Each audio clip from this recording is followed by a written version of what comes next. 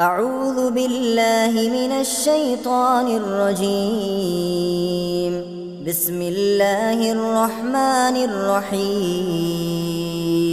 الحمد لله الذي أنزل على عبده الكتاب ولم يجعل له عوجا قيما لينذر بأسا شديدا من لدنه ويبشر المؤمنين الذين يعملون الصالحات أن لهم أجرا حسنا ماكثين فيه أبدا وينذر الذين قالوا اتخذ الله ولدا ما لهم به من علم ولا لآبائهم كبرت كلمة تخرج من أفواههم إن يقولون إلا كذبا فلعلك باخع نفسك على آثارهم إن لم يؤمنوا بهذا الحديث أسفا إنا جعلنا ما على الأرض زينة لها لنبلوهم أيهم أحسن عملا وإنا لجاعلون ما عليها صعيدا جرزا أم حسبت أن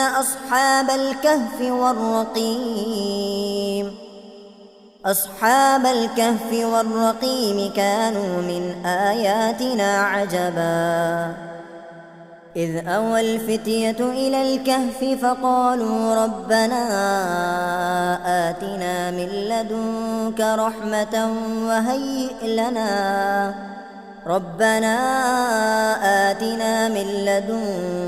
رحمة وهيئ لنا من أمرنا رشدا فضربنا على آذانهم في الكهف سنين عددا ثم بعثناهم لنعلم أي الحزبين أحصى لما لبثوا أمدا نحن نقص عليك نبأهم بالحق إنهم فتية آمنوا بربهم وزدناهم هدى وربطنا على قلوبهم إذ قاموا فقالوا ربنا رب السماوات والأرض لن ندعو من دونه إلها لقد قلنا إذا شططا هؤلاء قوم اتخذوا من دونه آلهة لولا يأتون عليهم بسلطان بين فمن أظلم ممن افترى على الله كذبا وإذ اعتزلتموهم وما يعبدون إلا الله فأووا إلى الكهف ينشر لكم ربكم من رحمته ويهيئ لكم من أمركم مرفقا وترى الشمس إذا طلعت تزاور عن كهفهم ذات اليمين وإذا غربت تقرضهم ذات الشمال وهم في فجوة منه ذلك من آيات الله من يهد الله فهو المهتد ومن يضلل فلن تجد له وليا مرشدا وتحسبهم أيقاظا وهم رقود ونقلبهم ذات اليمين وذات الشمال وكلبهم باسط ذراعيه بالوصيد لو اطلعت عليهم لوليت منهم فرارا ولملئت منهم رعبا وكذلك بعثناهم ليتساءلوا بينهم قال قائل منهم كم لبثتم قالوا لبثنا يوما أو بعض يوم قالوا ربكم أعلم بما لبثتم فابعثوا أحدكم بورقكم هذه إلى المدينة فلينظر أيها أزكى طعاما فليأتكم برزق منه وليتلطف ولا يشعرن بكم أحدا إنهم إن يظهروا عليكم يرجموكم أو يعيدوكم في ملتهم ولن تفلحوا إذا أبدا وكذلك أعثرنا عليهم ليعلموا أن وعد الله حق وأن الساعة لا ريب فيها إذ يتنازعون بينهم أمرهم فقالوا ابنوا عليهم بنيانا ربهم أعلم بهم قال الذين غلبوا على أمرهم لنتخذن عليهم مسجدا سيقولون 3 رابعهم كلبهم ويقولون 5 سادسهم كلبهم رجما بالغيب ويقولون 7 وثامنهم كلبهم قل ربي أعلم بعدتهم ما يعلمهم إلا قليل فلا تمار فيهم إلا مراء ظاهرا ولا تستفت فيهم منهم أحدا ولا تقولن لشيء إني فاعل ذلك غدا إلا أن يشاء الله واذكر ربك إذا نسيت وقل عسى أن يهديني ربي لأقرب من هذا رشدا ولبثوا في كهفهم 300 سنين وازدادوا 9 قل الله أعلم بما لبثوا له غيب السماوات والأرض أبصر به وأسمع ما لهم من دونه من ولي ولا يشرك في حكمه أحدا واتل ما أوحي إليك من كتاب ربك لا مبدل لكلماته ولن تجد من دونه ملتحدا واصبر نفسك مع الذين يدعون ربهم بالغداة والعشي يريدون وجهه ولا تعد عيناك عنهم تريد زينة الحياة الدنيا ولا تطع من أغفلنا قلبه عن ذكرنا واتبع هواه وكان أمره فرطا وقل الحق من ربكم فمن شاء فليؤمن ومن شاء فليكفر إنا أعتدنا للظالمين نارا أحاط بهم سرادقها وإن يستغيثوا يغاثوا بماء كالمهل يشوي الوجوه بئس الشراب وساءت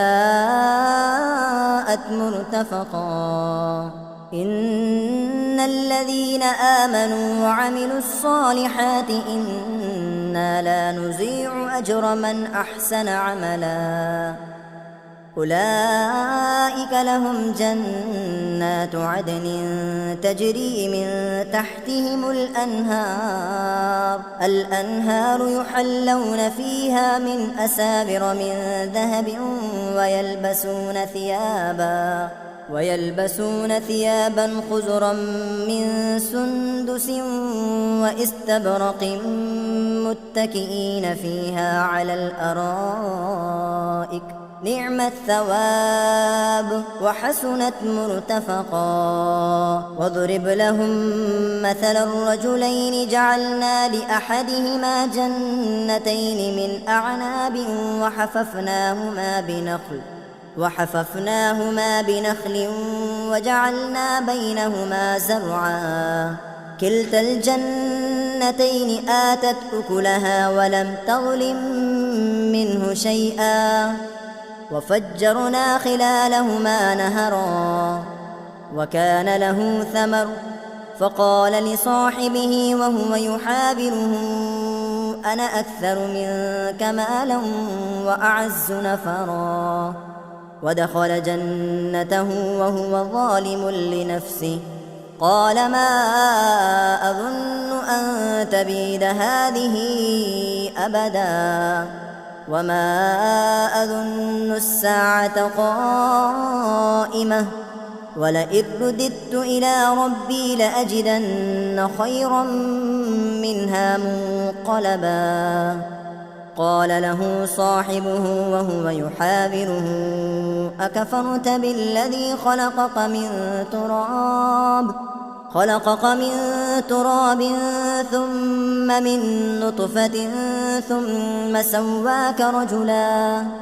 لكن هو الله ربي ولا أشرك بربي أحدا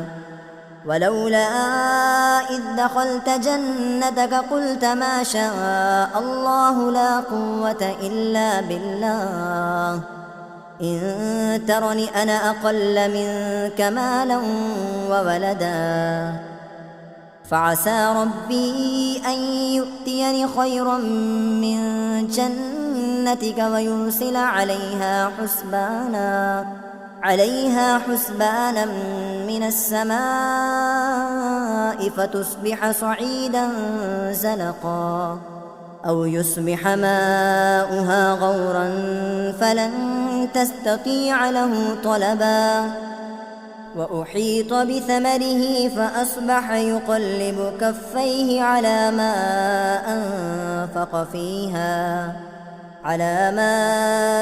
أنفق فيها وهي خاوية على عروشها ويقول يا ليتني لم أشرك بربي أحدا ولم تكن له فئة ينصرونه من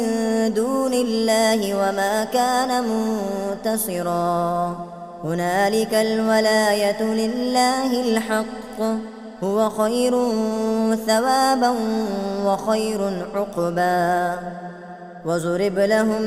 مثل الحياة الدنيا كماء أنزلناه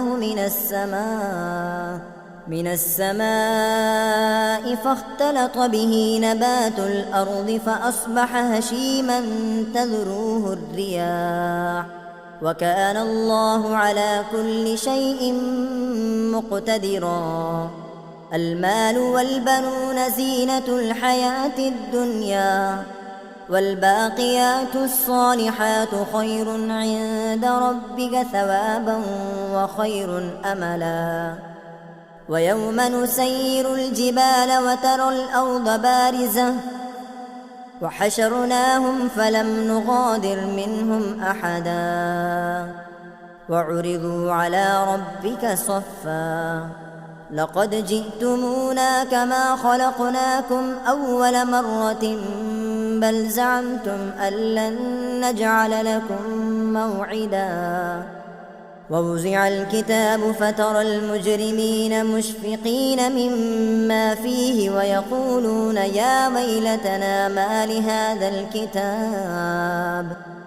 يا ويلتنا ما لهذا الكتاب لا يغادر صغيرة ولا كبيرة إلا أحصاها ووجدوا ما عملوا حاضرا ولا يظلم ربك أحدا وإذ قلنا للملائكة اسجدوا لآدم فسجدوا إلا إبليس كان من الجن ففسق عن أمر ربه أفتتخذونه وذريته أولياء من دوني وهم لكم عدو بئس للظالمين بدلا ما أشهدتهم خلق السماوات والأرض ولا خلق أنفسهم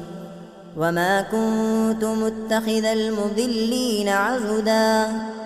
ويوم يقول نادوا شركائي الذين زعمتم فدعوهم فلم يستجيبوا لهم وجعلنا بينهم موبقا ورأى المجرمون النار فظنوا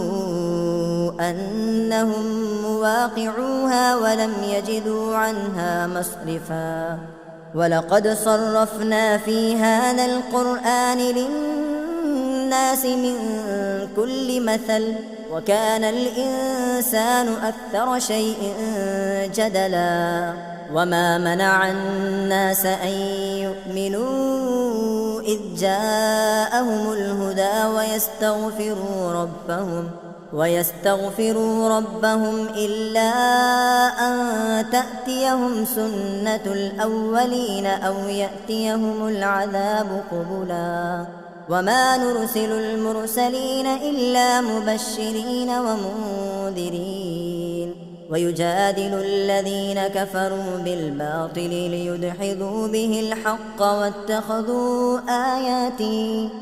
واتخذوا آياتي وما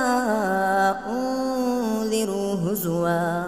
ومن أظلم ممن ذكر بآيات ربه فأعرض عنها ونسي ما قدمت يداه إنا جعلنا على قلوبهم أكنة أن يفقهوه وفي آذانهم وقرا وإن تدعهم إلى الهدى فلن يهتدوا إذن أبدا وربك الغفور ذو الرحمة لو يؤاخذهم بما كسبوا لعجل لهم العذاب بل لهم موعد لن يجدوا من دونه موئلا وتلك القرى أهلكناهم لما ظلموا وجعلنا لمهلكهم موعدا وإذ قال موسى لفتاه لا أبرح حتى أبلغ مجمع البحرين أو أمضي حقبا فلما بلغا مجمع بينهما نسيا حوتهما فاتخذ سبيله في البحر سربا فلما جاوزا قال لفتاه آتنا غداءنا لقد لقينا من سفرنا هذا نصبا قال أرأيت إذ أوينا إلى الصخرة فإني نسيت الحوت وما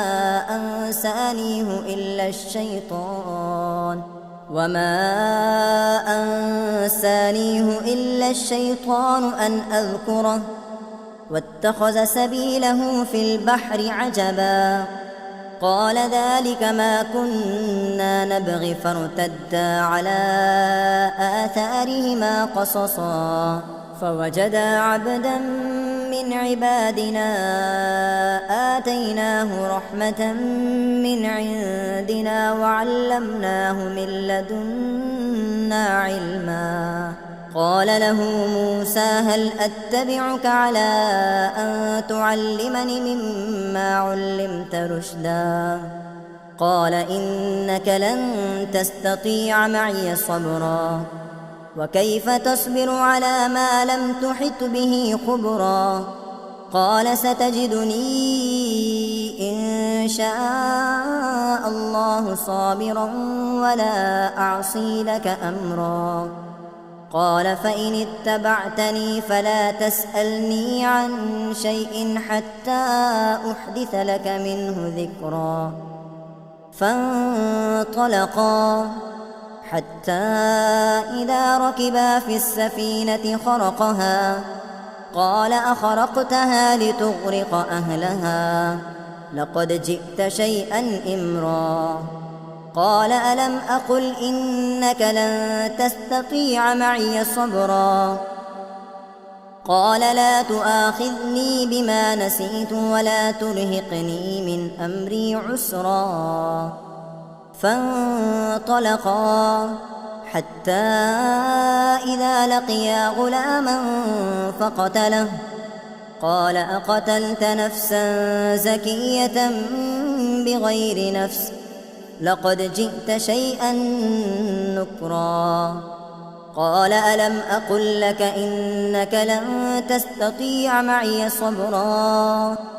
قال إن سألتك عن شيء بعدها فلا تصاحبني قد بلغت من لدني عذرا فانطلقا حتى إذا أتيا أهل قرية استطعما أهلها فأبوا أن يضيفوهما فوجدا فيها جدارا يريد أن ينقض فأقامه قال لو شئت لاتخذت عليه أجرا قال هذا فراق بيني وبينك سأنبئك بتأويل ما لم تستطع عليه صبرا أما السفينة فكانت لمساكين يعملون في البحر فأردت أن أعيبها وكان وراءهم ملك يأخذ كل سفينة غصبا وأما الغلام فكان أبواه مؤمنين فخشينا أن يرهقهما طغيانا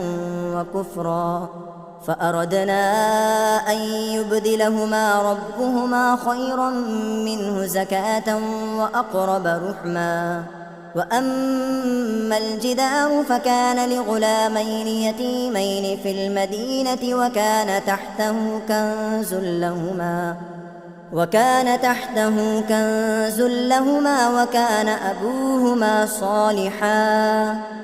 فأراد ربك أن يبلغا أشدهما ويستخرجا كنزهما رحمة من ربك وما فعلته عن أمري ذلك تأويل ما لم تسطع عليه صبرا ويسألونك عن ذي القرنين قل سأتلو عليكم منه ذكرا إنا مكنا له في الأرض وآتيناه من كل شيء سببا فأتبع سببا حتى إذا بلغ مغرب الشمس وجدها تغرب في عين حمئة ووجد عندها قوما قلنا يا ذا القرنين إما أن تعذب وإما أن تتخذ فيهم حسنا قال أما من ظلم فسوف نعذبه ثم يرد إلى ربه فيعذبه عذابا نكرا وأما من آمن وعمل صالحا فله جزاء الحسنى وسنقول له من أمرنا يسرا ثم أتبع سببا حتى إذا بلغ مطلع الشمس وجدها تطلع على قوم لم نجعل لهم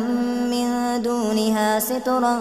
كذلك وقد أحطنا بما لديه خبرا ثم أتبع سببا حتى إذا بلغ بين السدين وجد من دونهما قوما لا يكادون يفقهون قولا قالوا يا ذا القرنين إن يأجوج ومأجوج مفسدون في الأرض فهل نجعل لك خرجا على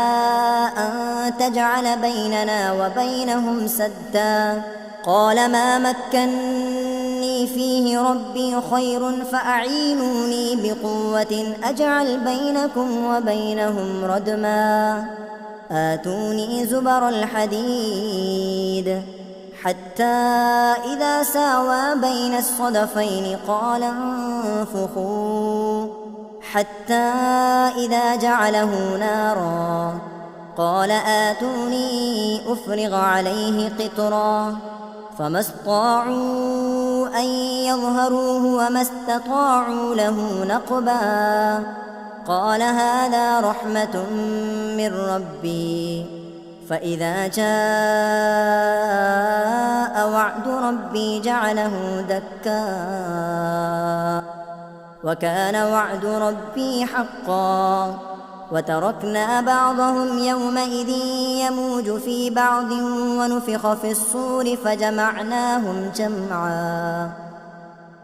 وعرضنا جهنم يومئذ للكافرين عرضا الذين كانت أعينهم في غطاء عن ذكري وكانوا لا يستطيعون سمعا أفحسب الذين كفروا أن يتخذوا عبادي من دوني أولياء إنا أعتدنا جهنم للكافرين نزلا قل هل ننبئكم بالأخسرين أعمالا الذين ضل سعيهم في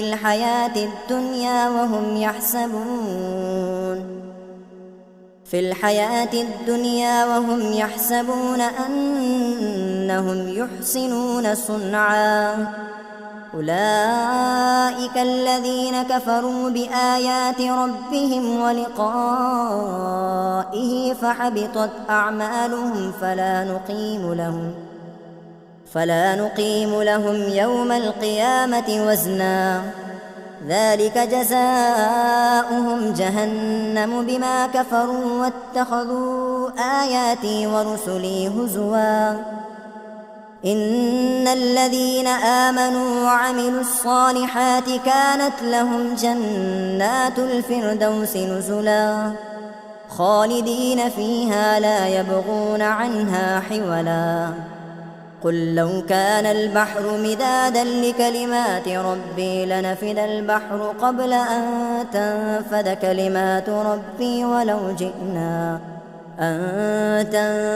كلمات ربي ولو جئنا بمثله مددا قل إنما أنا بشر مثلكم يوحى إلي أنما إلهكم إله واحد فمن كان يرجو لقاء ربه فليعمل عملا صالحا ولا يشرك بعبادة ربه أحدا.